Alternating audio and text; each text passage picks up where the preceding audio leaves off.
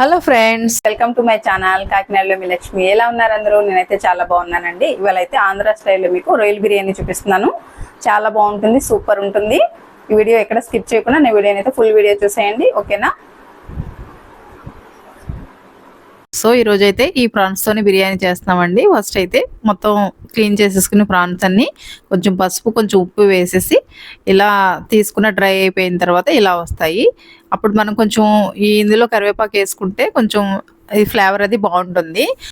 మనకి బిర్యానీలో కావాల్సిన పదార్థాలు ఏంటంటే పచ్చిమిర్చి, ఇలా యాలకులు, బిర్యానీకి సంబంధించినవన్నీ కూడా తీసుకున్న తర్వాత ఇలాగే ఫ్రైడ్ ఆనియన్స్, కొత్తిమీర తీసుకున్న తర్వాత కొంచెం గ్రేవీకి టమాటాలు తీసుకోవచ్చు. మనం టమాటాలు లేకపోయినా పర్వాలేదు, గ్రేవీగా ఉంటుంది కాబట్టి బాగుంటుంది. అలాగే ఇవి వచ్చేసి బాస్మతి రైస్ అండి. నేను హాఫ్ అన్ అవర్ శుభ్రంగా నానబెట్టేసుకున్నాను.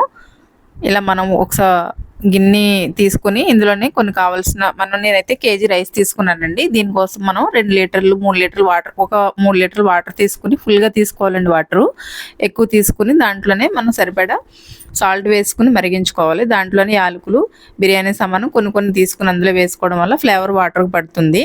కొత్తిమీర అయితే లాస్ట్లో వేయాలండి. ఇవి చూస్తున్నారు కదా, 2 అయితే వేసాను. మొగ్గలు 2, బిర్యానీ ఆకులు, యాలకులు ఇవన్నీ కలిపి 2 వేసానండి. ఈ సాల్ట్ మాత్రం మనం సముద్రం వాటర్ నోట్లో వేసుకుంటే ఎలా ఉంటుందో అలా ఉండాలండి. ఎందుకంటే రైస్కి పట్టదు, మనం సాల్ట్ తగ్గించామంటే రైస్కి పట్టదు. అందుకని కరెక్ట్గా సాల్ట్ అయితే ఉండాలి. ఆ సాల్ట్ మొత్తం కరిగిన తర్వాత ఇలా బాయిల్డ్ అయిన తర్వాత వాటర్ ఈ హాఫ్ అన్ అవర్ నానబెట్టుకున్న బాస్మతి రైస్ అయితే ఇందులో వేసేసుకోవాలండి. రైస్ మొత్తం వేసేసుకునండి. ఒకసారి గరిటతో ఇలా తిప్పుకుని మూత పెట్టేసుకోవాలి. ఇది మంట అయితే మాత్రం స్టవ్ మంట కొంచెం మనం మీడియం ఫ్లేమ్లో పెట్టుకోవాలండి. ఫస్ట్ అయితే హైలో పెట్టుకోవాలి, తర్వాత మీడియం ఫ్లేమ్లో పెట్టుకోవాలి. ఇలా గరిటతో తిప్పేసుకుని ఫస్ట్ మూత పెట్టేసుకోవాలండి. స్టవ్ అయితే మీడియం ఫ్లేమ్లో పెట్టుకోవాలి. ఒక 5 మినిట్స్ అయితే అలా రైస్ బాయిల్డ్ అవుతుంది కదా, ఈ లోపల మనం స్టవ్ ఆన్ చేసుకుని పక్కనే ఒక బాండి పెట్టేసుకుందామండి. మనం బిర్యానీ ఎందులో చేయాలనుకుంటున్నామో అలాంటిది ఒక బిర్యానీ గిన్నె ఉంటుంది కదా, అది పెట్టేసుకుని ఆయిల్ అయితే వేసుకోవాలండి. ఒక 10 టేబుల్ స్పూన్ల వరకు ఆయిల్ వేసుకోవాలి. ఎందుకంటే మనకి రొయ్యల బిర్యానీలో కొంచెం ఆయిల్ ఎక్కువే పడుతుందండి. దానివల్ల టేస్ట్ కూడా చాలా బాగుంటుంది. ఇలా ఆయిల్ వేసుకున్న తర్వాత కొంచెం ఆయిల్ హీట్ ఎక్కిన తర్వాత పచ్చిమిర్చి, మనకి బిర్యానీ సంబంధించిన సామాను అన్నీ వేసేసుకోవాలండి. ఆకులు, యాలకులు, మొగ్గలు అన్నీ తీసుకుని, దాల్చిన చెక్క, స్టార్ ఫ్లవరు ఇవన్నీ తీసుకుని మొత్తం ఇవి కొంచెం ఆయిల్ బాయిల్ అయినాక వేసుకుంటే కొంచెం ఫ్లేవర్ అనేది బాగా వస్తుందండి మనకి. కొంచెం మీడియం ఫ్లేమ్లో పెట్టుకోవాలి, ఎందుకంటే మాడిపోతాయి. అలాగే మనం గ్రేవీ తయారు చేసుకోవాలి కదండి. గ్రేవీలోకి మనం కొంచెం ఆనియన్స్ వేసుకోవాలి. ఆనియన్స్ కొంచెం ఫ్రై అయిన తర్వాత కొద్దిగా ఫ్రై అవ్వడానికి అయితే మనం సాల్ట్ వేసుకోవాలండి. సాల్ట్ వేసుకుంటే మనకు కొంచెం వెంటనే ఆనియన్స్ అనేవి తొందరగా ఫ్రై అవుతాయి. అలా సాల్ట్ వేసుకున్న తర్వాత సాల్ట్ అయితే మనం ఒక 2 సార్లు వేసుకోవచ్చండి. ఎందుకంటే ఒకేసారి వేసేసిన మనకి కర్రీకి ఆల్రెడీ మనం రైస్కి వేస్తాం కదా, ఈ కర్రీకి ఎంత పడుతుందో తెలియదు కాబట్టి ఫస్ట్ ఆనియన్స్ వేగడానికి అయితే ఒక స్పూను సాల్ట్ వేసుకుని ఆనియన్స్ అన్నీ కొంచెం వేగిన తర్వాత టమాటా ముక్కలు వేసేసుకోవాలండి. ఎందుకంటే గ్రేవీ ఉంటే చాలా బాగుంటుంది. ఇవి కొంచెం మగ్గనివ్వాలి ఆనియన్స్. ఇవి ఆనియన్స్ మగ్గిన తర్వాత అల్లం వెల్లుల్లి పేస్ట్ వేసుకోవాలండి. అల్లం వెల్లుల్లి పేస్ట్ వేసుకున్న తర్వాత మొత్తం మనం ఫ్రై చేసుకున్న ఈ రొయ్యలన్నీ కూడా వేసేసుకోవాలి. రొయ్యలు కూడా నేను పెద్దవి తీసుకున్నానండి, ఎందుకంటే ఈ ప్రాన్స్ బిర్యానీలోకి రొయ్యలు పెద్దగా ఉంటేనే టేస్ట్గా ఉంటుందండి. ఇలా మొత్తం ఆయిల్లో ఆనియన్స్ ఇవన్నీ బిర్యానీ మనం మసాలా సామాన్ వేసాం కదా, అవన్నీ శుభ్రంగా కరిగేలా చూసుకుని మొత్తం కలపాలండి. ఎందుకంటే మసాలా అంతా కూడా వీటికి పడుతుంది, రొయ్యలకు పడుతుంది. అలాగే మనం గరం మసాలా ఏదైతే బిర్యానీకి తీసుకున్నామో అది కూడా వేసేసుకోవాలి.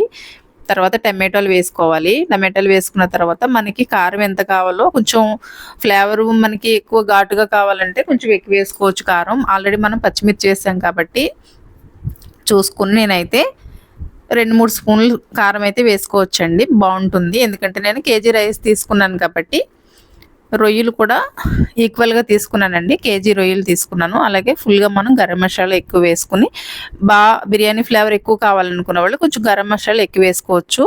ఒక 3 టీ స్పూన్ల వరకు వేసుకోవచ్చు. నేనైతే 2-2.5 టీ స్పూన్లు అయితే గరం మసాలా వేసానండి. ఇలా వేసుకున్న తర్వాత మొత్తం రొయ్యలకంతా పట్టేలాగా టమాటాలు ఇవన్నీ మగ్గాలి కాబట్టి ఒకసారి మూత పెట్టేసుకుందాం. మనం ఒక 5 మినిట్స్ మూత పెట్టుకుందాం. మీడియం ఫ్లేమ్లో పెట్టుకుంటే ఇలా గ్రేవీ కింద అయితే తయారవుతుంది.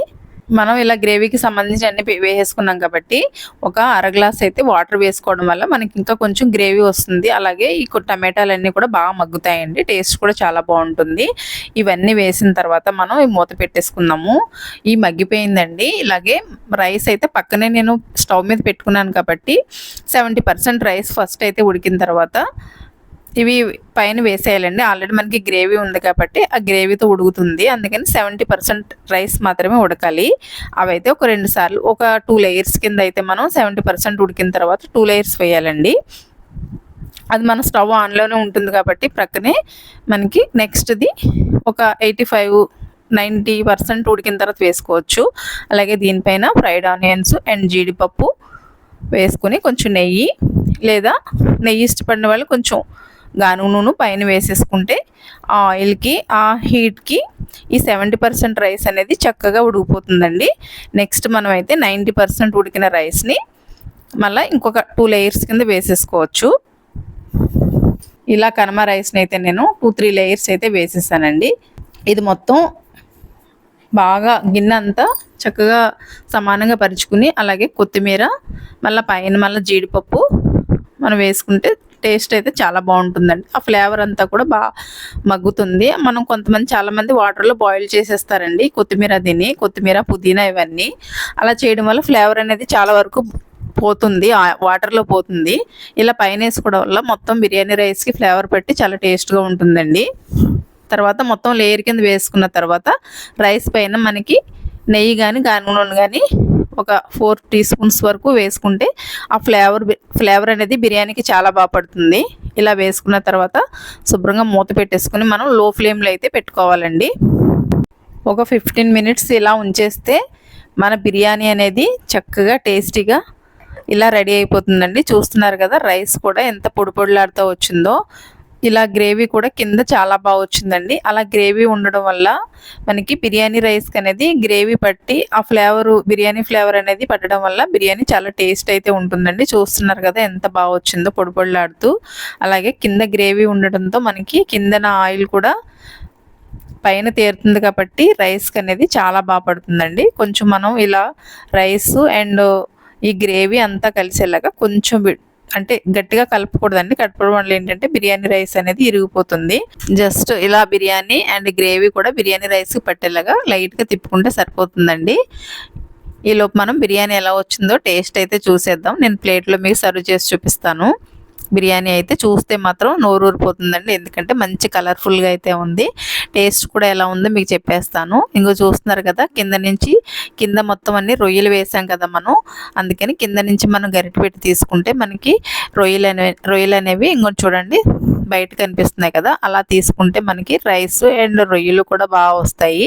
అవి చూడండి నేను ప్లేట్లో వేసుకున్నాను కదా. టేస్ట్ అయితే మీకు చెప్తాను ఎలా ఉందో ఇప్పుడు. అలాగే గార్నిష్ అయితే ఆనియన్స్ అండ్ లెమన్ కూడా పెట్టానండి. వావ్ సూపర్ ఉందండి. టేస్ట్ అయితే నిజంగా చాలా బాగా వచ్చిందండి. ఇంత వండర్ఫుల్గా వస్తుందని నేను కూడా అనుకోలేదు. ఎందుకంటే ప్రాన్స్ బిర్యానీ అనేది ఎవరికైనా బాగా వస్తుందండి. ఇలా ఒకసారి నేను చేసిన పద్ధతులు అయితే మీరు కూడా చేయండి. చేసి టేస్ట్ చూడండి. చాలా బాగుంది నిజంగా. ఈ వీడియో మీకు నచ్చిందా అయితే ఫ్రెండ్స్కి అండ్ ఫ్యామిలీ మెంబర్స్కి షేర్ చేయడం మర్చిపోవద్దు. Please subscribe. Bye friends.